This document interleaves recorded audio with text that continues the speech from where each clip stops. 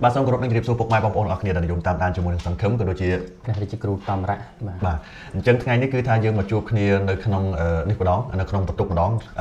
studio ម្ដងណា mini studio របស់សង្ឃឹមនៅក្នុងទឹកដីអច្ឆរិយៈរបស់យើងគឺទឹកដីសៀមរាបប្រធានបទដែលយើងនឹងត្រូវលើកយកមកពិភាក្សាជាមួយនឹងពុកម៉ែបងប្អូននៅក្នុងថ្ងៃនេះគឺថាជារឿងមួយដែលកំពុងតែរសាបនិងកំពុងតែទទួលបានការចាប់អារម្មណ៍ខ្លាំងពីពួកសៀមខ្លាំងមែនទែនដែលក្នុងនោះពួកយើងក៏បានសម្រេចដាក់នៅចំណងជើងថាដំណើរបញ្ចប់នៃការដឹកនាំរបស់អនុទានក៏ដូចជាលេសដោះសាររបស់គាត់សាវតានៃសាច់រឿងមិនចេះទេពុកម៉ែបងប្អូនប្រហែលថ្ងៃមុននេះឃើញអនុទានគាត់បានចេញការសេចក្តីប្រកាសមិនចេះសេចក្តីប្រកាសចង់និយាយថានៅពេលដែលគាត់បានទៅធ្វើការថ្លែងការនៅទីកន្លែងដែលគាត់បានថ្លែងហ្នឹងគាត់បាននិយាយនៅការដោះសារមួយចំនួនដែលយើងអាចមើលឃើញថាមើលទៅជីវិតនយោបាយរបស់អនុទាននេះមិនដឹងថាអាចទៅដល់4ខែពេញលេញឬក៏អត់ផងពីព្រោះមែនតើទៅបើតាមការដឹកនាំរបស់អនុទានគាត់ត្រូវដឹកនាំរយៈពេល4ខែតែជាក់ស្ដែងមកដល់ថ្ងៃនេះពេលនេះទៅតែបាន2ខែជាងឯងឥឡូវត្រូវប្រកាសបានចេញនៅគេហៅថាលេសដោះសារថាបើសិនជាគណៈបកប្រឆាំងព្រោះថាអនុទានឡើងមកកាន់អំណាចនៅទីនេះមិនមែនដោយសារតែសម្លេង 100% នៃប្រជាជនគាត់ទេគឺមានការចូលរួមពីខាងគណៈបកប្រឆាំងចម្រុះបាទគណៈបកចម្រុះអញ្ចឹងតែគណៈបកធំដែលអាចបំពេញសម្លេងឆ្នោតរបស់គាត់បានគឺគណៈបកប្រឆាំងរបស់គាត់ហ្នឹងដែលអាចធ្វើឲ្យគាត់ក្លាយទៅជានាយករដ្ឋមន្ត្រីនៅក្នុងប្រទេសថៃរាល់ថ្ងៃនេះប៉ុន្តែឥឡូវហ្នឹងគាត់ទទួលបានសម្ពាធខ្លាំងពេកអញ្ចឹងទៅក៏គាត់ថារដ្ឋសភាតាមពិតត្រូវរំលាយចោលនៅថ្ងៃទី31មករាក៏ប៉ុន្តែបើសិនជាគណៈបកប្រឆាំងឯងមិនព្រមឬក៏ចាំបានទេចង់រំលាយនៅថ្ងៃទី12ធ្នូហ្នឹងក៏បានដែរ12ខែ12បាទ12តែគាត់តែណាបញ្ហាដែលនៅសេសសល់ទាំងប្រហែលកុំទៅរករឿងគាត់វាចឹងវិញទម្លាក់កំហុសកុំឲ្យបាតកម្មកុំឲ្យតម្លាក់គាត់កុំឲ្យតម្លាក់គាត់អញ្ចឹងគាត់និយាយចឹងទៅទើបបានយើងលើកសាច់រឿងហ្នឹងយកមកធ្វើការជែកគ្នានៅថ្ងៃហ្នឹងអញ្ចឹងបងប្អូននេះគឺជាដើមហេតុមូលហេតុនៃការសាច់រឿងហ្នឹងហើយនៅក្នុងរបៀបរយៈនៃការជជែករបស់យើងនឹងផ្ដោតសំខាន់ទៅលើ4ចំណុចជាគោលប៉ុន្តែពេលនិយាយគឺមានច្រើនទី1គឺយើងនិយាយអំពីភាពកលិចកលុចរបស់អ៊ុំទីនបាទរបស់អនុទានហើយទី2គឺជាមួយនឹងបទពិសោធន៍បងផ្ទាល់បាទជុំវិញអនុទានអនុទានគាត់ដឹងថាប៉ូលីសគឺនៅក្នុងជួរប៉ូលីសរបស់សៀមហ្នឹងក៏ដូចជាមិនគាត់ដឹងស៊ីមរៅបាទគាត់ដឹងស៊ីមរៅអញ្ចឹងនៅក្នុងជួរប៉ូលីសរបស់សៀមក៏ដូចជាមន្ត្រីធំរបស់សៀមហ្នឹងគឺថាមានអ្នកជួញដូរគ្រឿងញៀនក៏ដូចជាធ្វើអំពើពុករលួយហើយជាពិសេសនោះគឺមានការជួញដូរមនុស្សដែលយើងនិយាយជារួមមកគេហៅថា scammer ណាចឹងមែនបងបាទហើយនឹងទី3គឺយើងនិយាយអំពីសមត្ថភាពគ្រប់គ្រងនិងដោះស្រាយបញ្ហាដែលអាចនឹងពាក់ព័ន្ធជាមួយនឹងលោកអនុទាននិងទី4ហ្នឹងគឺថាលេសរបស់អនុទានឥឡូវហ្នឹងគឺគេមានលេសថ្មីរបស់គេគឺ4ខែហ្នឹងឯងបាទអញ្ចឹងតោះពុកម៉ែបងប្អូនចុច Subscribe ហើយនឹង Follow Page របស់ពួកយើងម្នាក់មួយបាទដើម្បីជំរុញនិងលើកទឹកចិត្តពួកយើងធ្វើមេតិការទាំងនេះជូនដល់ពុកម៉ែបងប្អូនបន្តទៀតអញ្ចឹងបងជុំវិញនៃការដឹកនាំរបស់អនុទានមកដល់ពេលនេះគឺថា2ខែជាងហើយសម្រាប់បងផ្ទាល់បងឃើញថាថ្នាក់ដឹកនាំប្រទេសមួយនេះគាត់មានចឹងនិយាយថាបើយើងនិយាយភាសាការទូតគេថាបត់បែនមិនខ្លះអញ្ចឹងណាប៉ុន្តែមែនតើទៅបើខ្វាយយើងហៅកលិចទៅអញ្ចឹងបងមើលឃើញភាពកលិចរបស់អនុទានយ៉ាងម៉េចយ៉ាងម៉ាដែរបងនៅក្នុងការដឹកនាំរបស់គាត់ក្នុងរយៈពេល2ខែនេះបងសូមបងជួយរៀបរាប់ទៅបងបាទអរគុណច្រើនសម្រាប់សង្ឃឹមសួរនាំនេះពាក់ព័ន្ធជាមួយនឹងនយោបាយថៃមែនតើទៅ3ណាតាំងពីមានរឿងជាមួយកម្ពុជាហ្នឹងគឺ3ហើយ3នាក់ណាផែថងឋានហើយជាមួយនឹងលោកភូមិធម្មវិឆ័យឆៃហើយនឹងអនុទានគេហៅថានាយករដ្ឋមន្ត្រីចៃដន្យដល់ពេលលោកភូមិធម្មនាយករដ្ឋមន្ត្រីស្ដីទីគេហៅរហ័សនាមតាក្តាមខ្ញុំហៅគាត់តាក្តាមចំណុចទាំងអស់នេះបើសិនជានិយាយពីភាពកលិចកលុចទាំង3នាក់ហ្នឹងកលិចកលុចទាំងអស់អាចច្រើនជាងនឹងទៀតប៉ុន្តែបើនិយាយនាយករដ្ឋមន្ត្រីចៃដន្យនេះគឺមានភាពកលិចកលុចក្នុងការឆ្លើយឲ្យរួចឲ្យបានហ្នឹងគឺយើងឃើញច្រើនគ្រាមែនតើប៉ុន្តែនៅក្នុងបងប្អូនក៏អាចកាត់ក្តីបានហើយប្រជាជនថៃខ្លួនគាត់ហ្នឹងក៏គាត់មើលឃើញដែរប៉ុន្តែអ្វីដែលយើងចាប់អារម្មណ៍ជាងគេគឺថ្មីនេះតែម្ដងពាក់ព័ន្ធជាមួយនឹងប៉ូលីសបាទប៉ូលីសគេហៅអីស្នងការអគ្គស្នងការនគរបាលជាតិរបស់ថៃហ្នឹងគឺពាក់ព័ន្ធជាមួយហើយហ្នឹងគឺដូចជាមានអតីតប៉ូលីសនៅក្នុងស្រុកថៃហ្នឹងគឺលើកពាក់ព័ន្ធអនុទានជាមួយនឹងប៉ូលីសហ្នឹងតែម្ដងហើយអនុទានគាត់ឆ្លើយវាហាក់ដូចជាបង្កប់នៃនៅក្នុងនឹងជ្រៅ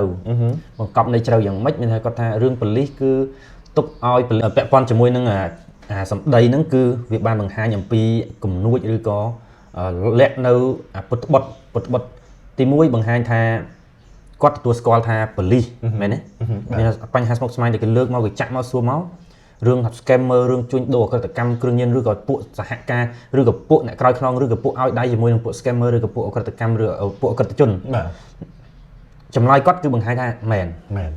អត្តសញ្ញាណដែលគាត់ឆ្លើយហ្នឹងបាទព្រោះគាត់ថាបើគាត់ឆ្លើយថាអត់មានទេអាហ្នឹងគឺបានតែល្អតែដល់គាត់ឆ្លើយថាគាត់អាហ្នឹងទុកឲ្យប៉ូលីសដោះស្រាយមានអាហ្នឹងវាមានប្រកបចំណុចទី1ចំណុចទី2បើគាត់ឆ្លើយដូច្នេះគឺចំណុច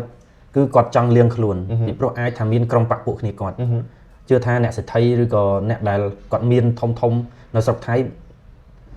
អាចនឹងជាប់ពាក់ព័ន្ធជាមួយនឹងក្រុមប៉ូលីសក្រុមទាហានឬក្រុមជួញដូរហ្នឹងគឺអាចមានដោយសារតែធ្លាប់ខ្ញុំមានបទពិសោធន៍នៅធ្វើការនៅស្រុកថៃហ្នឹងធ្វើជាមួយចៅហ្វាយស្រុកទៅខាងក្ប៊ីននៅខាងព្រំដែនបាត់ដំបងហ្នឹង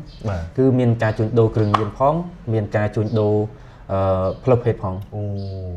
បាទពីខាងអ្នកដឹកនាំសៀមហ្នឹងឯងបាទមន្ត្រីនឹងចៅហ្វាយខេត្តហើយរបៀបគេធ្វើអញ្ចេះខ្ញុំនៅក្នុងឡានអញ្ចឹងនេះពុកម៉ែបងប្អូនខ្ញុំមិនមែនជាមនុស្សទៅធ្វើប៉ុន្តែគឺថាភាពក្រីក្រដែលយើងបង្ខំទៅធ្វើហ្នឹងយើងគិតថាទៅធ្វើការត្រឹមត្រូវប៉ុន្តែវាចូលទៅក្នុងកន្លែងតែមិនត្រឹមត្រូវហើយក៏មិនមែនជាឧត្តមគតិយើងទៀតប៉ុន្តែវាជាវាសនាល្អដែលយើងអាចចេញមកបានមិនកាន់ទៅ3ខែគេឲ្យថាទៅយាមចការកស៊ូជាកស៊ូណាបាទប៉ុន្តែដល់ពេលក្នុងហ្នឹងវាមិនមែនជារឿងអញ្ចឹងទេបាទចការកស៊ូឬក៏តំបន់ភ្នំគេហ្នឹងជាកន្លែងលាក់គ្រឿងញៀនលាក់ស្អីអញ្ចឹងទៅហើយគេជួញដូរគ្រឿងញៀនជួញដូរផ្លូវភេទអីហ្នឹងទៅខ្ញុំឃើញទាំងទាំងអស់ហ្នឹងវាដកនៅក្នុងអារម្មណ៍ខ្ញុំហើយថាអានេះមិនមែនឧត្តមគតិយើងទេហើយកាលនោះខ្ញុំនៅរៀនគាត់ថារៀនវិទ្យាល័យថ្នាក់ទី9ទី10អញ្ចឹងទៅតែយើងវាពិបាកពេកយើងទៅធ្វើការអញ្ចឹងរឿងហ្នឹងវាបានដិតដាមក្នុងអារម្មណ៍ថាសង្គមថៃនេះពុកអលួយខ្លាំងដូចជាមិនចាញ់ខ្មែរឬអាចលើសខ្មែរផងបាទប៉ុន្តែគេចេះលៀងខ្លួនបាទចេះលៀងខ្លួនឬលាក់គេអត់សូវស្ទប់ផ្សាយនៅអំពើនៅព័ត៌មានអាក្រក់បាទអញ្ចឹងចំណុចពាក់ព័ន្ធជាមួយកន្លែងចំណុចហ្នឹងដែលខ្ញុំថាការលៀងខ្លួននេះគាត់លៀងខ្លួនទុកផ្លូវក្រោយទី1គឺដើម្បីទុកផ្លូវក្រោយទី2ដើម្បីលៀងខ្លួនមិនឲ្យប៉ះពាល់ផលប្រយោជន៍គាត់ជាមួយនឹងពួកមន្ត្រីប៉ូលីសអញ្ចឹងថាបើសិនជាគាត់មានបញ្ហាឧទាហរណ៍ថា4ខែហ្នឹងគាត់ចប់គាត់ពិបាកជាមួយនឹងក្រុមការងារគាត់អាចថាគាត់មាននៅក្នុងរឿងបញ្ហារឿងហ្នឹងផងក៏អាចថាបានទៀតអានេះយើងគាត់ថាសន្និដ្ឋានទេពីព្រោះបើមិនមានខ្លួនអត់ខ្លាចទេមនុស្សយើងតែបើមានខ្លួនគឺខ្លាចហ្មងដល់ពេលអញ្ចឹងបើសិនជាគាត់ទៅដោះស្រាយឬអីហ៊ានទៅប៉ះពាល់ដល់ពួកគាត់ហ្នឹងអស់អំណាចអស់តំណែងគឺវាមានរឿងផលប្រយោជន៍ដែលប៉ះពាល់ជាមួយគ្នាគាត់ដៃគូគាត់ឬក៏អ្នកសហការរបស់គាត់ហើយនឹងបើសិនជាគាត់នៅសំមួយស្នៀតទៀតគឺគាត់និយាយបន្សល់កន្ទុយគឺខ្ញុំមានរយៈពេលខ្លីដោះស្រាយអីបានអញ្ចឹងណាអាហ្នឹងគេទុកពេលឲ្យខ្ញុំទៀតមកឥឡូវខ្ញុំដោះស្រាយអាហ្នឹងគេថាបើចង់ឲ្យគាត់ដោះស្រាយបោះឆ្នោតឲ្យគាត់បន្តទៀតមកហ្នឹងហើយព្រោះតែពេលវេលា4ខែហ្នឹងវាតិចណាអានេះលេសគេថ្មីអញ្ចឹងមើលទៅបងដល់បាទតែខ្ញុំចង់ឲ្យបងអាចជួយនិយាយឲ្យចំជាងហ្នឹងតិចទៀតទេថាឬក៏លើកឧទាហរណ៍ឬក៏សកម្មភាពគាត់ចាស់ស្ដែងថាភាពកលិចរបស់អនុទានក្នុងនាមជាថ្នាក់ដឹកនាំជាតិក្នុងនាមថ្នាក់ដឹកនាំប្រទេសមួយណាមិនមែនតែប្រទេសផ្សេងឬក៏ថ្នាក់ដឹកនាំផ្សេងគេមិនហ៊ានធ្វើទេតែអនុទានមិនអាចធ្វើបានភាពកលិចគាត់បងអាចជួយបានជាក់ចំតិចមើលខ្ញុំលើកពីភាពចំណុចមួយទៀតដែលរាប់តាំងពីអ្នកស្រីផែថងឋានក៏ដូចជាលោកភូមិធម្មវិឆ័យឆៃហ្នឹងឃើញចំណុចដូចគ្នាតែឥឡូវលើកអនុទានទៅបាទឡើងមកធ្វើជានាយករដ្ឋមន្ត្រីខ្ញុំមិនដឹងថាសមត្ថភាពគាត់ខាងអីព្រោះយើងមើលអត់ឃើញទេពីព្រោះថាបើសិនជាគាត់ជាអ្នកសេដ្ឋកិច្ចគាត់ដោះស្រាយវិបត្តិសេដ្ឋកិច្ចវាមិនមែនជារឿងរុញស៊ីក្លូចូលឡានឬក៏រុញដុតឲ្យខ្លោចរុញឲ្យឆៅទេរាល់ថ្ងៃនេះគាត់ដុតឲ្យខ្លោចរុញឲ្យឆៅរុញស៊ីក្លូចូលឡានរុញឡានចូលស៊ីក្លូរុញឡានចូលឡានបាទអញ្ចឹងចំណុចហ្នឹងបើនិយាយពីប្រសិទ្ធភាពគុណភាពឬក៏គុណវុឌ្ឍឬក៏សមត្ថភាពណាមួយដែលឲ្យគាត់ចេញឧទាហរណ៍ថាមនុស្សបកកែខាងអីខាងសេដ្ឋកិច្ចខាងការទូតយោធាបាទអត់មានទាំងអស់ឥឡូវនិយាយថាខាងយោធាគាត់ធ្លាប់និយាយថារឿងព្រំដែនគាត់បកគលឲ្យយោធាជាអ្នកដឹកនាំដោះស្រាយចំណុចហ្នឹងគឺបង្ហាញអំពីគាត់អត់មានគេថាអត់ចេះដឹងអត់ជំនាញអត់ចេះដឹងផ្នែកទាហានបាទពីព្រោះបើខ្មែរយើងឧទាហរណ៍ថាសម្ដេចគាត់ថាយោធាគឺនៅក្រោមគាត់ទាំងអស់ហ្មងគាត់ដឹកនាំគាត់បញ្ជាគាត់ស្អីៗនោះគឺចង់ថាអានោះគឺសមត្ថភាពជំនាញរបស់គាត់ហ្មងឲ្យថាសម្ដេចធិបតីគាត់ថាការទូតឬក៏សេដ្ឋកិច្ចឬថាការទូតចុះអញ្ចឹងការទូតក៏ចេញមកគឺច្បាស់លាស់ការទូតតែអនុទានរកកន្លែងចំណុចណាមួយពីព្រោះរាល់ចម្លើយរបស់គាត់ឬក៏រាល់បទសម្ភាសន៍ព័ត៌មានរបស់គាត់គឺបង្ហាញអំពីអសមត្ថភាពហើយនឹងមិនមានទំនួលខុសត្រូវរឿងព្រំដែនទុកឲ្យយោធាគាត់បកគលសិទ្ធិឲ្យយោធាអស់ហើយរឿងបកគលសិទ្ធិយោធាឲ្យនេះគឺថាវាប្រកបទៅដោយល្បិចកិច្ចកលពាក់ព័ន្ធចំណុចទាំងពីរនេះមានទាំងពីរពាក់ព័ន្ធជាមួយនឹងបញ្ហាព្រំដែនក៏មានសមត្ថភាពដោះស្រាយទេគឺរុញឲ្យទាហានដោះស្រាយវាមិនមែនមានន័យថាអញ្ចឹងគេចេះប្រើមនុស្សទេអត់ទេពីព្រោះខុសគ្នារវាងអ្នកដឹកនាំជាមួយនឹងអ្នកគ្រប់គ្រងបាទអ្នកដឹកនាំគឺទាំងអស់បើអ្នកគ្រប់គ្រងអាចថាគាត់ប្រើមនុស្សតាមជំនាញដើម្បីឲ្យមានប្រសិទ្ធភាពឲ្យមានប្រសិទ្ធភាពក្នុងរាជការរបស់គាត់តែគាត់អ្នកដឹកនាំមិនមែនអ្នកគ្រប់គ្រងទេអ្នកដឹកនាំគឺទាំងមូលហ្មងបាទចំណុចហ្នឹងគឺភាពអសមត្ថភាពរបស់គាត់ទាំងរឿងសេដ្ឋកិច្ចក៏គាត់ដោះស្រាយដែរបញ្ហាប្រជាជនគាត់ហើយប្រជាជនចេះតែទ្រាំតែនឹងដល់ដំណាក់កាលមួយគឺធ្វើបាតកម្មដូចយើងថ្ងៃមុននេះពួកប្រឆាំងនេះទៅបាតកម្មហ្នឹងតែជៀសមិនផុតរឿងប្រជាជននឹងធ្វើបាតកម្មដែលមិនអាចទ្រាំបានទេបាទពីព្រោះរាល់ទង្វើរបស់ពួកគាត់មិនមែនបង្ហាញពីដំណោះស្រាយបញ្ហាជាតិទេបាទគឺដំណោះស្រាយគឺបញ្ហា អំណាចរៀងខ្លួននេះអានេះខ្ញុំមើលឃើញអញ្ចឹងបាទអញ្ចឹងយើងឃើញថាគេរើសថ្នាក់ដឹកនាំមកដើម្បីឲ្យដោះស្រាយបញ្ហាបាទក៏ប៉ុន្តែដល់ទៅពេលមួយអាណត្តិនេះសៀមរើសអ្នកដឹកនាំមកបកកតែបញ្ហាបាទណែវាទៅជាអញ្ចឹងវិញណាលើកដើមបាទវាទៅជាលើកដើមវិញមិនបានទៅជាដោះស្រាយបញ្ហាទៅជាបកកបញ្ហាគ្រាន់តែចូលអាណត្តិថ្មីនេះភ្លាមមិនដឹងជាអាណត្តិទីប្រមាណនេះទេនៅក្នុងប្រទេសសៀមវាយើងវាមិនដែរតាមដានប៉ុន្តែគ្រាន់តែឃើញថាគ្រាន់តែឡើងពីអាណត្តិនេះមកចាប់ដើមមានបញ្ហាភ្លាមមកឥឡូវយើងមើលអ្នកជាប់ឆ្នោតដំបូងគេឈ្មោះស្អីលោកអីទេភ្លេចបាត់ហើយលោកនឹងក្មេងភីថាចម្រើនរតបាទលោកភីថាបាទអញ្ចឹងគាត់ឡើងមកភ្លាមហ្នឹងចម្រងចម្រាស់បណ្ដេញគាត់តម្លាក់ចោលហ្នឹងហើយបើមើលទៅតាមសមត្ថភាពគាត់ខ្លាំងម្នាក់ហ្នឹងណាបាទខ្លាំងគាត់ទៅជាប់លោកសេដ្ឋាណាបាទទៅជាប់លោកសេដ្ឋាមកហ្នឹងដឹកនាំខ្លាំងតាហ្នឹងខ្លាំងសេដ្ឋកិច្ចអាហ្នឹងគឺយុទ្ធសាស្ត្រវិធីសាស្ត្ររបស់គាត់មកគឺល្អយុទ្ធសាស្ត្រតាហ្នឹងហើយឃើញគាត់ដឹកនាំយ៉ាគាត់បាទគាត់ចេញមកមានគោលការណ៍នយោបាយជួយប្រជាកសិករជួយអីជំរុញសេដ្ឋកិច្ចចេញមកគាត់ចំមកគេទៅទៀតហើយគាត់រៀបឡើងមែនទេទៅទៀតហើយមិនតន់ដឹងអីផងស្រាប់តែតម្លាក់គ្នាបាត់ពាក់ព័ន្ធនឹងរឿងយកលេសហ្នឹងពុកអលួយអីណាមកមិនតន់ដឹងរឿងអីផងក៏តម្លាក់គ្នាចោលបាត់មកទៅបានឡើងកញ្ញាអង្គនាងអង្គអ៊ីងយើងនេះមកបាទអាហ្នឹងស្រុតយកបណ្ដោយបាទស្រុតយកពីព្រោះគាត់អត់មានសមត្ថភាពលើយោធាបាទអត់សមត្ថភាពលើយោធាហើយបានតែខ្ជិតខ្ជូតហ្នឹងពាក់ព័ន្ធសមត្ថភាពហ្នឹងវាពាក់ព័ន្ធទី1គឺពាក់ព័ន្ធយោធាហ្នឹងផងទី2គឺ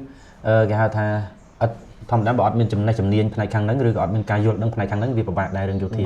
ហើយបើយោធាគាត់នៅក្រោមរាជានិយមការពារផលប្រយោជន៍ស្ដេចគឺគាត់អត់អាចលូកដៃបានវាពិបាកនិយាយទៅថៃបច្ចុប្បន្ននេះគឺតែបញ្ហាតែមួយគឺមេរោគនៅក្នុងស្រុកថៃហ្នឹងគឺស្ដេចថៃ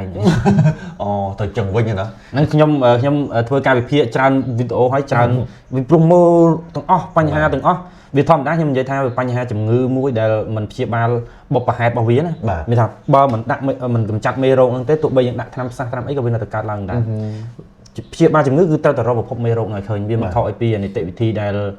ព្រះពុទ្ធសាសនាក៏លោកនិយាយពីបញ្ហាមូលហេតុនៃបញ្ហាហើយរកវិធីសាស្ត្រដោះស្រាយមូលហេតុនៃបញ្ហាមិនមែនមូលហេតុទៅបន្ទោសរឿងបញ្ហាទេអញ្ចឹងនៅក្នុងស្រុកថៃបើមិនជឿអស់លោកអាចទៅសេជាអត្ថបទសួរនាំមិនថាសួរ AI ឬក៏សួរអ្នកវិភាគណាក៏ដោយវានៅតែរឿងពាក់ព័ន្ធនឹងរាជានិយមអញ្ចឹងរាជានិយមហ្នឹងខ្ញុំមើលឃើញថាវាគង់តែដួលក៏ប៉ុន្តែវាយូរបាទខ្ញុំមើលឃើញថាតម្រង់វាយូរនឹងវាក្រដួលដោយសារតែការក្តោបក្តាប់អំណាចរបស់រាជានិយមហ្នឹងគឺខ្លាំងវាខុសពីប្រទេសមួយចំនួនដែលក្តោបក្តាប់ទៅវាមិនខ្លាំងអញ្ចឹងដួលលឿនអញ្ចឹងរឿងនៅតែទៅហ្នឹងទេដោះស្រាយយ៉ាងម៉េចឡើងមកមួយធ្លាក់ឡើងពីរធ្លាក់ឡើង3ធ្លាក់ពីដើមឡើយអាដំណោះស្រាយដែលរាជានិយមលោកកាន់ក្តាប់កងទ័ពហ្នឹងដោះស្រាយវិបត្តិនយោបាយថៃមានប្រសិទ្ធភាពប៉ុន្តែនៅក្នុងសម័យ Digital នេះខ្ញុំមើលឃើញថាมันមានប្រសិទ្ធភាពទៀតទេមនុស្សកាន់តែមានការយល់ដឹងនិស្សិតយុវជនកាន់តែច្រើនហើយពិភពលោកកាន់តែបើកទ្វារដូច្នេះហើយរបបរាជានិយមបើមានគុណធម៌អីទេតែបើសិនជាមិនមានគុណធម៌ទេហើយឡើងមកដោយស្ដេចពាលយើងនិយាយថាស្ដេចពាលពីព្រោះអេរិយាប័ត្រគុណធម៌របស់គាត់កន្លែងណាដែលបានឆ្លុះបង្ហាញអំពីជាមនុស្សមានគុណធម៌អត់ទេទៅមើល background អត់មានទៅមើលប្រវត្តិអត់ឃើញកន្លែងល្អទេដល់អញ្ចឹងទៅវាគ្រាន់តែយកអំណាចមកសង្កត់ឲ្យគោរពតែប៉ុណ្្នឹងទេវាខុសអំពីមនុស្សហ្នឹងមាន power ចេញពីខ្លួនឯងមានអំណាចមានឥទ្ធិពលមានគុណធម៌ដែលធ្វើឲ្យគេគោរពផងមាន power មានអំណាចឲ្យគេខ្លាចផងអត់មានអានេះគឺថាដោយសារតែគេថារីកសម្បត្តិរបស់ឪដោយសារអំណាចរបស់ឪចងទុកមកទេតែប៉ុណ្្នឹងហើយដល់ពេលអញ្ចឹង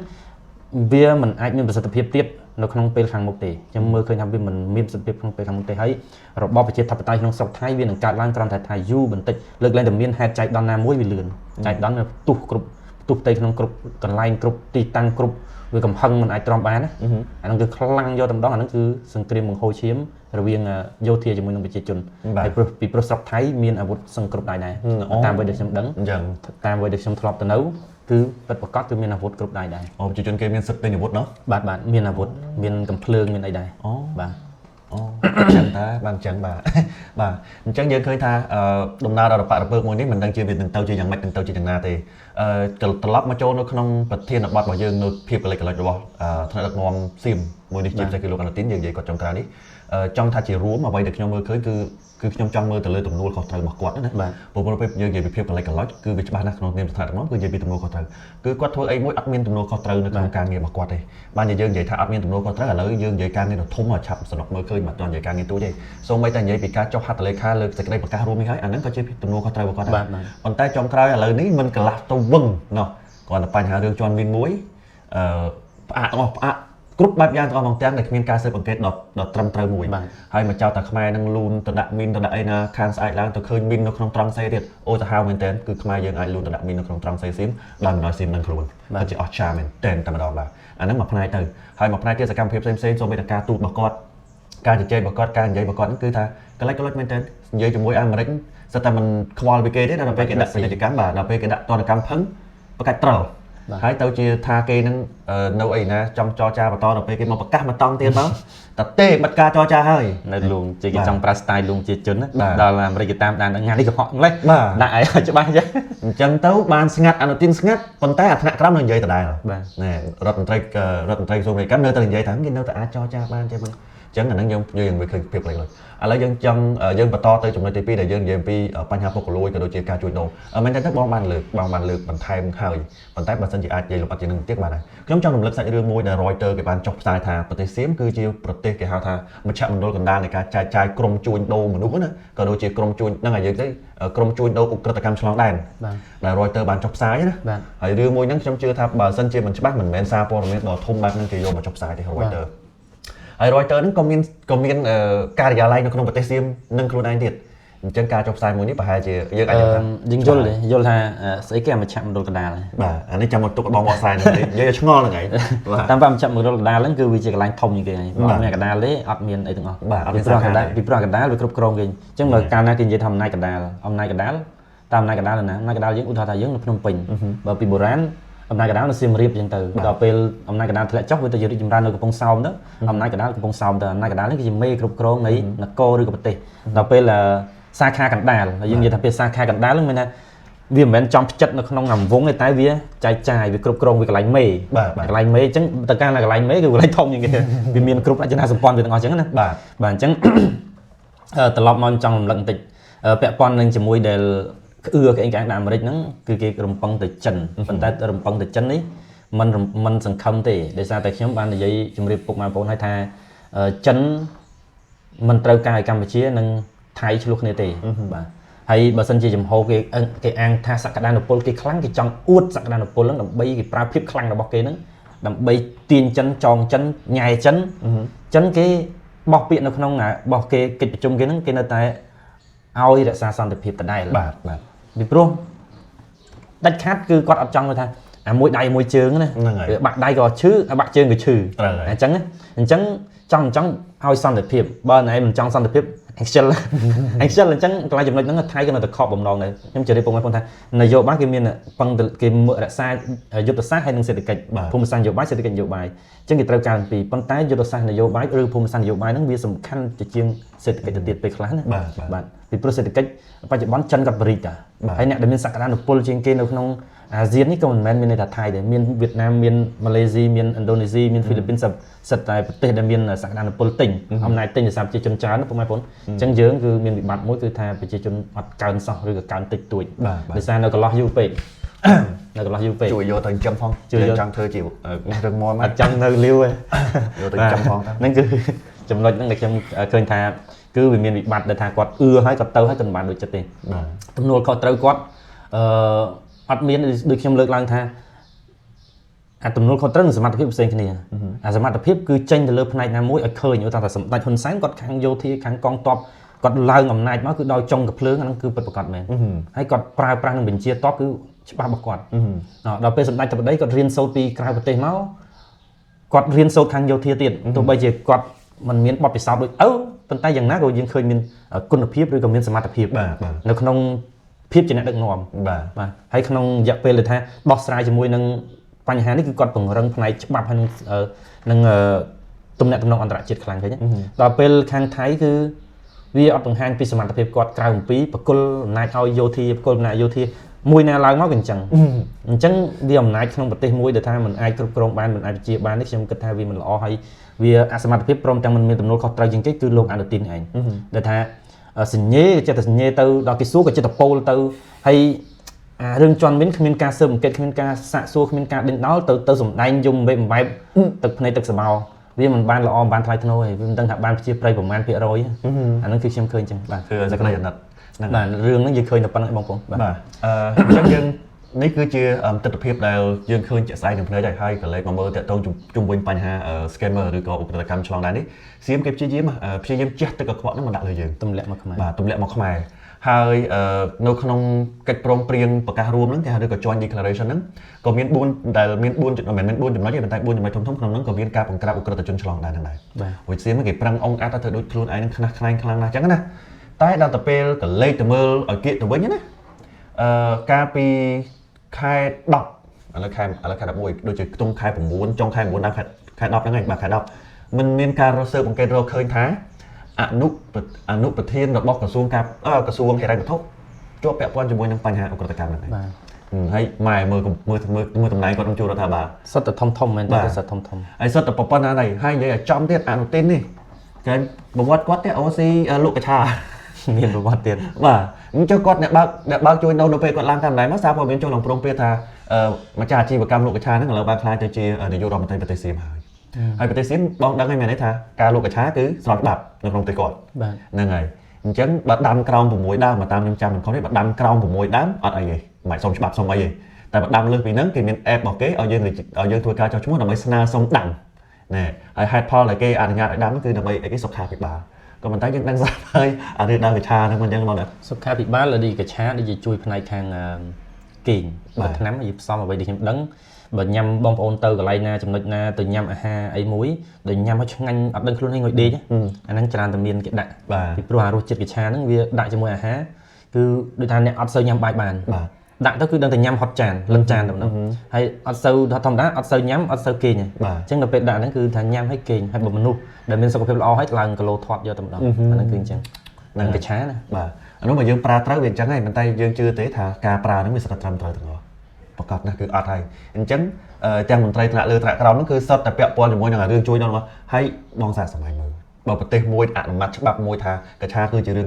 ស្របច្បាប់ហើយកឆាហ្នឹងគឺជាអ្វីដែលពិភពលោកកំពុងប្រឆាំងចង់ឬមិនចង់សួរថារឿងអីពួកអក្រិតជននឹងវាបន្មកហើយតែមកហើយវាច្បាស់ជាមិនមែនតែនៅក្នុងប្រទេសហ្នឹងវាហ៊ាមកប្រទេសជិតខាងទៅមីយ៉ាន់ម៉ាទៅខ្មែរទៅឡាវបាទវាច្បាស់ជាហ៊ាហើយប៉ុន្តែសួរថាចំណុចកណ្ដាលវានៅណាសៀមហ្នឹងហើយអញ្ចឹងណាពាក់ព័ន្ធជាមួយចំណុចនេះខ្ញុំគិតថាយើងក៏ត្រូវតែគិតដែរហើយខ្ញុំជឿថារដ្ឋាភិបាលលោកខំប្រឹងលោកគិតខំពីព្រោះយើងត្រូវទទួលស្គាល់ថា scammer នៅក្នុងប្រទេសខ្មែរយើងក៏មានដែរមានមិនប្រកែកទេមានហើយជាពិសេសប្រព័ន្ធ hack សារអេឡិចត្រូនិករបស់យើងហ្នឹងគឺនៅតំបន់មួយចំនួនហ្នឹងយើងដើរចូលទៅយើងឃើញមាន message លើទេអាហ្នឹងវាខ្ញុំស្ដាប់ដែលគេបកស្រាយរឿងពាក់ព័ន្ធជាគេមានម៉ាស៊ីន hack ចូលណាអត់ស្គាល់លេខទូរស័ព្ទយើងសោះចូលហើយតំបន់ខ្លះយើងជាពិសេសនិយាយទៅចំកំពង់សោមតំបន់ខ្លះគឺធ្វើឲ្យទូរស័ព្ទយើងមានសេវាសោះតែម្ដងអាហ្នឹងគឺពិបាកហើយបើសិនជាអត់ដោះស្រាយគឺវាបង្កភាពពិបាកដល់ប្រជាជនហើយបើកាលណាប្រជាជនគាត់មានបញ្ហាហើយក៏វាផ្ដល់នៅបញ្ហាទៅដល់ប្រមុខរដ្ឋាភិបាលដូចគ្នាដូចខ្ញុំនិយាយនេះមិនថាវាយប្រហារទេតែគឺត្រូវឲ្យដឹងហើយយកចិត្តទុកដាក់ទាំងអស់គ្នាពីព្រោះរឿងជួនកាលអត់មានសេវាហើយជើមានរឿងបញ្ហាឬក៏មានឧក្រិដ្ឋកម្មកើតឡើងវាធ្វើឲ្យយើងមិនអាចទំនាក់ទំនងគ្នាបានតំបន់ខ្លះគឺទៅអត់មានសេវាតំណងហើយតំបន់ខ្លះគឺហែកបើអ្នកដែលមានចំណេះដឹងខ្លះហើយគាត់អត់ងាយចុច link នឹងងាយទេហើយបើសិនជាបងប្អូនដែលអត់ដឹងមួយចំនួនគឺគាត់ចុច link នោះវាមានច្រើនទៀតអា link ចូល game ទៅអា link ទៅខាងអាភាសទៅអា link ចូលទៅខាងlink ចូលខាងអាភាស link ចូលខាងgame gaming បាទហើយនឹងអា link ចូលមេរោគ hack ចូលក្នុងទូរស័ព្ទយើងទៅគឺថាកោការឯកជនរបស់ខ្លួនយើងផងហើយអាចនឹង hack ធនាគារ hack អីទៅទៀតគឺវាមានវិបត្តិតែម្ដងហើយកុំថាអត់មានខ្ញុំដើរច្រើនមួយរយៈនេះកំពង់សោមភ្នំពេញគឺយើងឃើញអាហ្នឹងហើយគឺជាការព្រួយបារម្ភដែលសម្រាប់ខ្ញុំក្នុងនាមជាប្រជាពលរដ្ឋគឺខ្ញុំមានការព្រួយបារម្ភចំណុចហ្នឹងមកបាទពីព្រោះជនជាតិចិនឬក៏ជនជាតិណាមកដែលគាត់អាចមានអាម៉ាស៊ីនហ្នឹងអាហ្នឹងគេបកស្រាយក្នុង YouTube អីឃើញថាជាម៉ាស៊ីនមួយដែលមានសមត្ថភាពផ្ដាច់ប្រព័ន្ធហើយវា hack វាផ្ញើបញ្ជូនសារចូលមកយើងបាននេះជារឿងព្រួយបារម្ភមិនមែនធម្មតាទេបាទនៅកំពង់សោមខ្ញុំធ្លាប់ទៅអញ្ចឹងមែនដើរកាត់មិនដឹងខ្ញុំជិះកាត់អាគារមួយណានេះកាត់ទៅខូចសាលលោកទុំសិតតែពួក gaming អញ្ចឹងបាទហើយសេវាអត់មានទៀតបាទអាសេវាអត់មានអត់ទាន់ជួបទេហើយសេវាមានតែខលអត់ចេញទេវាអញ្ចឹងមានថាប្រព័ន្ធហ្នឹងគឺត្រូវគ្រប់គ្រងដោយម៉ាស៊ីនមកគេហើយអញ្ចឹងបាទហ្នឹងហើយអញ្ចឹងយើងឃើញថាអាហ្នឹងប្រទេសណាក៏មានដែរបាទប្រទេសណាក៏មានដែរតែយើងនិយាយនេះក្នុងនាមថាក្រែងថាអត់កំបាំងមិនបានដឹងមិនបានឮអត់ដឹងថាប្រជាពលរដ្ឋរៀបរាប់យើងនិយាយនេះក្នុងនាមរិះគន់ដើម្បីកែប្រែផ្ដល់យោបល់ដើម្បីស្ថាបនាចូលរួមធ្វើដើម្បីឈានទៅរកការពិតបាទអញ្ចឹងយើងក៏លេចមកខាងប្រទេសសៀមនេះវិញដល់ទៅពេលយើងឃើញថាមានបញ្ហា scammer អីធំៗអញ្ចឹង ប្រទេសសៀមអត់ហ៊ានផ្សាយឲ្យពីខ្លួនគាត់ បាទ ហ្នឹងហើយប៉ុន្តែបើពីកម្ពុជាវិញគាត់ផ្សាយឡើងព្រមព្រៀងហើយនៅក្នុងនោះសួរថាតើកម្ពុជាមានចំណាត់ការទេគឺចំណាត់ការយើងច្រើនថ្មីនេះបងមានបានឃើញទេថាតើកម្ពុជាយើងមានចំណាត់ការខ្លះទាក់ទងជាមួយនឹងបញ្ហា scammer ជួយរៀបរាប់មកបាទអញ្ចឹងខ្ញុំសូមរៀបរាប់មកទៅអញ្ចឹងថ្មីនេះនៅពេលដែលយើងធ្វើចុះហត្ថលេខាលើសេចក្តីប្រកាសរួមជាមួយសៀមហើយពេលហ្នឹងយើងក៏លេចឃើញទី1គឺទំនាក់ទំនងកម្ពុជានិងអាមេរិកហ្នឹងហាក់ដូចជាមានការជិតស្និទ្ធជាងមុនរំកិលមួយជំហានទៀតទៅរកគ្នាអញ្ចឹងយើងឃើញថានឹងមានការសហការទាក់ទងជាមួយនឹងការកម្ចាត់ឧក្រិដ្ឋកម្មអីឆ្លងដែនទាំងអស់ហ្នឹងជាមួយនឹងអាមេរិកដែរប៉ុន្តែដូចជាមិនទាន់បានចាប់ផ្ដើមទេតែយើងរៀបចំតែអ្វីដែលយើងឃើញនឹងបានធ្វើឲ្យនៅពេលនេះគឺជាមួយនឹងកូរ៉េខាងត្បូងគឺយើងមានការសហការគ្នារវាងប៉ូលីសកូរ៉េខាងត្បូងក៏ដូចជាជាមួយនឹងប៉ូលីសកម្ពុជាហ្នឹងយើងរៀបចំធ្វើការបោះសម្បត្តិឧក្រិដ្ឋជននៅក្នុងប្រទេសកម្ពុជាអញ្ចឹងណាអញ្ចឹងយើងឃើញថានេះគឺជាកណ្ដាប់ដៃដែកមួយហើយផងនោះដែរគឺយើងឃើញថាយើងបានបោះសម្បត្តិក្រុមធំដូចជានៅខាងតាកែវនៅខាងកំពង់សោមវិញហ្នឹងបូកគោផងដែរអញ្ចឹងយើងឃើញថាសកម្មភាពហ្នឹងបោះសម្បត្តិហ្នឹងគឺបានច្រើនខ្លាំងមែនទែនហើយនៅខាងបាវិតហ្នឹងក៏យើងរៀបចំបោះសម្បត្តិដែរហើយពួកឧក្រិដ្ឋកម្មទាំងអស់នេះខ្ញុំឃើញថាគាត់ចូលចិត្តមកនៅក្នុងប្រទេសដែលកំពុងអភិវឌ្ឍបងគិតថាចឹងដែរបងត្រូវពីព្រោះពាក់ព័ន្ធជាមួយនឹងចំណេះដឹងរបស់ប្រជាពលរដ្ឋងាយនឹងឆោបោកសំបីតែអាកម្ចីអនឡាញហ្នឹងក៏ជាកម្មវិធីរបស់ក្រុម scammer ដូចគ្នាហើយខ្ញុំគិតថាប្រហែលជាមានមនុស្សច្រើនទៀតហើយក្នុងចំណោមនោះខ្ញុំឃើញមានក្មួយរបស់ខ្ញុំមួយដែរគឺគាត់ធ្លាក់ចូលក្នុងអន្ទាក់ហ្នឹងដែរអូចាឡើយមិនហើយក្មួយថ្លៃឯងដកខ្លួនរួចណាបាទដកខ្លួនរួចគឺពួកយើងជួយអន្តរាគមកុំឲ្យគាត់ចេញចុះកុំឲ្យគាត់ភ័យខ្លាចជាងកាលគឺវាពាក់ព័ន្ធនឹងខ្វះចំណេះដឹងដល់ពេលខ្វះចំណេះដឹងវាងាយនឹងចាញ់បោកគេសឡុតយ៉ាងនេះគេសឡុតយ៉ាងនោះសូម្បីបងប្អូនសូម្បីតែរឿងធនាគារណាបើយើងមានចំណេះដឹងមិនដែលខ្លាចនេះទេមិនខ្លាចជាមួយនឹងពួកធនាគារឬពួក CEO ទេទោះបីជាពាក់ក៏ដោយសូម្បីតែរឿងច្បាប់ពេលខ្លះនោះថាចាញ់ក្តីគេត្រូវសងចេញចុះនៅក្នុងរដ្ឋប្រវេណី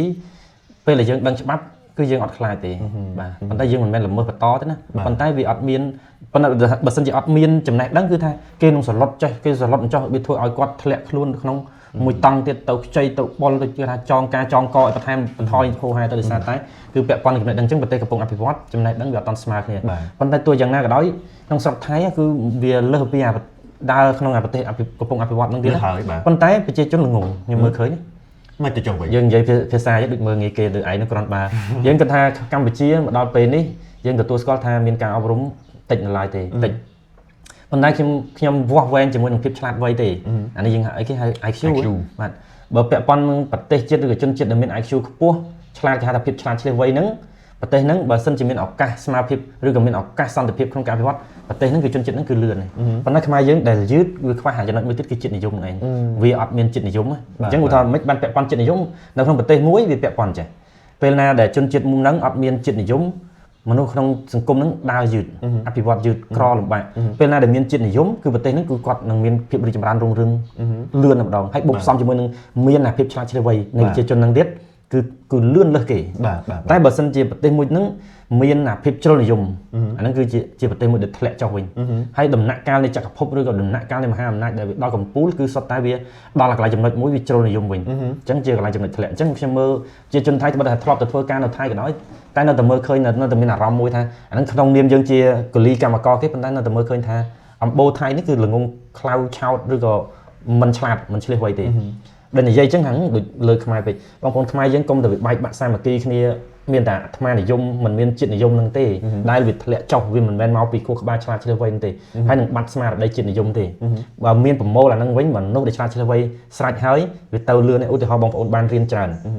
ឱកាសការងារគេដាក់ភ្លាមធ្វើបានភ្លាមឬក៏អត់ចេះទេស្ទាក់ស្ទើរតិចតួចគាត់អាចឆ្វេងយល់គាត់អាចសិក្សារៀនសូត្រតែមួយផ្លែធ្វើបានម្ដងតែបើមនុស្សល្ងងបងប្អូនយកបុគ្គលិកឬយកឲ្យមនុស្សល្ងងយកមកដាក់ដែលអត់មានការអប់រំមានភាពចេះដឹងតិចតួចយើងតឹងចិត្តណាស់យើងចាយលុយដូចជាយកមកមិនមែនជាទ្រព្យតែជាបំណុលវិញអាហ្នឹងគឺជាចំណេះដឹងទូលំទូលាយបងប្អូនអានេះគ្រាន់តែខ្ញុំនិយាយវាអាចនឹងវែងជាងនឹងទៀតតែខ្ញុំមិនអាចបកស្រាយអស់ក្នុងវីដេអូនេះទេអញ្ចឹងមានថាអាភាពឆ្លាតឆ្លៀសវៃនៃប្រជាជននេះគឺជាសក្តានុពលជាសក្តានុពលឲ្យតែមានសន្តិភាពឲ្យតែមានការអភិវឌ្ឍហើយមានឱកាសក្នុងការអភិវឌ្ឍប្រទេសជាតិនេះខ្ញុំជឿថាប្រជាជនយើងខ្មែរយើងអាចលឿនជាងថៃទៀតពីព្រោះរយៈពេលដែលសង្គ្រាមហូរហែថៃខ្ញុំគិតថាវាសំតែរីកចម្រើនលឿនជាងនឹងទៅទៀតប៉ុន្តែមកដល់ពេលនេះវាឃើញវាយឺតខ្ញុំមានអារម្មណ៍ថាឃើញថៃយឺតអញ្ចឹងបាទបងបាទអញ្ចឹងចង់យើងឃើញថាប្រជាជាតិយើងនីមួយនៃប្រទេសជាតិខាងទាំងពីរហ្នឹងគឺថាវាមានភាពប្រតិកលាគ្នាច្រើនហើយដូចបងលើកមិញទៅខាងចំណេះដឹងចំណេះអីហ្នឹងពួកសៀមនេះយើងអាចនិយាយបានថាគាត់អាចរស់បាន គាត់ដោយសារតែមកផ្នែកទុនដោយសារតែកម្ពុជាដែរដោយសារបើបានលួចអីពីកម្ពុជាទេគឺគាត់មិនបានរូបផ្ដោតពីនេះទេទោះជាយ៉ាងណាក៏ដោយក៏យើងមិនត្រូវឃើញធ្វើឃើញបងនិយាយអញ្ចឹងយើងមាន IQ ខ្ពស់ជាងស្រាប់តែអំនួតខ្លួនឯងភ្លេចខំរៀនអាហ្នឹងទៅបដ ாய் បាទអត់ទេណាយើងមានឱកាសមួយគឺយើងមាន IQ ខ្ពស់ជាងគេហើយអញ្ចឹងខំប្រឹងអភិវឌ្ឍសមត្ថភាពខ្លួនឯងផងបាទកុំឃើញបងនិយាយប៉ុណ្្នឹងបានរំភើបអញមាន IQ ខ្ពស់ជាងអញមិនខំប្រឹងរៀនខំប្រឹងអភិវឌ្ឍសមត្ថភាពអាហ្នឹងវាទៅហើយបាទនេះយ៉ាងណាក៏ដោយក៏មិនកើតដែរក៏ប្រុសមិនរួចដែរបាទអញ្ចឹងយើងត្រូវតែប្រឹងប្រែងសិក្សានិងបណ្ដុះបណ្ដាលសមត្ថភាពដូចខ្ញុំនិយាយរាល់វីដេអូខ្ញុំអញ្ចឹងថាខ្មែរយើងត្រូវបើថាចង់ឈ្នះគេតតែ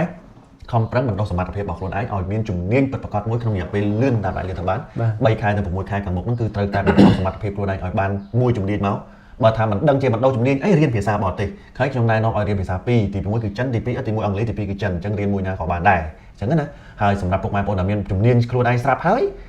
អញ្ចឹងត្រូវស្រាវជ្រាវរៀនសូត្របន្ថែមពីជំនាញខ្លួនឯងហ្នឹងហើយនឹងមួយទៀតទោះបីជាឥឡូវរៀងស្ងាត់និយាយក៏ដោយក៏ប៉ុន្តែនៅតែបន្តទាំងអស់គ្នាណាគឺពហិការមិនប្រើប្រាស់ទំនិញរបស់ចៅស៊ីហ្នឹងឯងបាទហ្នឹងគឺត្រូវតែបន្តទោះបីជាពួកយើងស្ងាត់និយាយអ្នកផលិតមាតិកាផ្សេងស្ងាត់និយាយក៏ដោយកុំចាំបាច់តែគេរំលឹកវាត្រូវតែមានវាត្រូវអាហ្នឹងត្រូវកើតចេញពីខ្លួនឯងជាបឋមជាប្រធានណាបាទអញ្ចឹងកុំបាច់តែគេរំលឹកយ៉ាងណាក៏ត្រូវតែចូលរួមរបស់គ្នាអញ្ចឹងយើងឃើញថាជុំវិញនៃការជជែកគ្នានៃការដឹកនាំរបស់អាណត្តិក៏ដូចជាលេសដល់សាររបស់គាត់នេះទោះបីយើងមិននិយាយតាមដានដែរក៏ប៉ុន្តែយើងនិយាយសរុបរួមនៅក្នុងអ្វីទាំង4ចំណុចដូចដែលខ្ញុំបានរៀបរាប់ខាងលើហ្នឹងក៏បាននឹងច្រើនគួរសមហើយនឹងទស្សនវិជ្ជាទូទៅពីសង្គមកម្ពុជាក៏ដូចជាសង្គមរបស់សៀមផងដែរអញ្ចឹងសម្រាប់បងមានអីបន្ថែមបន្តិចទៀតសម្រាប់ជាចុងក្រោយនៃវីដេអូបន្ថែមទៀតទេឬក៏យ៉ាងណាដែរបងបាទដូចជាមិនមានអីច្រើនទៀតទេបងប្អូនណាគ្រាន់ថារួបរวมសាមគ្គីគ្នាពហិការរបស់ថៃពហិការតំណែងរបស់សៀមនឹងហើយប៉ុន្តែគឺស្មារតីជាតិនិយមមួយវាមិនមែនតែរបស់ញ៉ាំចុកអីដែលខ្ញុំលើកហើយលើកទៀតមិនមែនតែរបស់ញ៉ាំចុកដេកដើរឈរអង្គុយនឹងទេតែគឺទាំងប្រព័ន្ធគិតនិងប្រព័ន្ធជឿផងដែរបាទប្រព័ន្ធគិតនិងប្រព័ន្ធជឿយើងមិនបដិសេធនៅសកលភាវូបនីយកម្មទេយើងត្រូវរៀនអំពីពិភពលោកតែមិនមែនប្រែខ្លួនយើងឲ្យដូចពិភពលោកឬឲ្យដូចគេទេតែត្រូវប្រើភាពឆ្លាតឆ្លៀវវៃនៃពិភពលោកហ្នឹងអភិវឌ្ឍខ្លួនយើងទេអញ្ចឹងណាអញ្ចឹងប្រព័ន្ធយើងដែលបាត់ចិត្តនិយមទាំងការប្រើប្រាស់ដេកដើរឈរអង្គុយអិរិយាបថរស់នៅបែបនេះបែបនោះប្រព័ន្ធជឿបែបចិនប្រព័ន្ធគិតបែបអាគៀងបែបអឺរ៉ុបឬក៏សិលធម៌បែបស្ទាយបែបនេះបែបនោះវាបាត់ខ្លួនឯងត្រូវលើកស្ទួយអ្វីដែលជាខ្លួនឯងរាប់តាំងអំពីសុជីវធម៌សិលធម៌ដេកដើរឈរអង្គុយព្រមទាំងប្រព័ន្ធគិតនិងប្រព័ន្ធជឿបន្ថែមទៀតហ្នឹងជាអ្វីដែលខ្ញុំមើលឃើញថាស្មារតីជាតិនិយមវារាប់ចេញតាំងពីនឹងទៅមិនមែនត្រឹមតែរបស់ញ៉ាំនឹងទេបាទសូមអរគុណហ្នឹងហើយបងអរគុណណាស់អញ្ចឹងសម្រាប់វីដេអូរបស់ពួកយើងសន្មតថាមកដល់ទីបញ្ចប់ប៉ុណ្ណឹងសិនចុះហើយបើសិនជាមានការនិយាយទៅលើសលួសខ្វះខាតឬក៏ខុសឆ្គងនៅក្នុងពាក្យសម្ដីណាមួយសូមខន្តីអភ័យទោសពីសំណាក់ពុកម៉ែបងប្អូនទាំងអស់គ្នាផងហើយជួបគ្នាជាមួយនឹងពួកយើងទាំងពីរនាក់នៅក្នុងវីដេអូ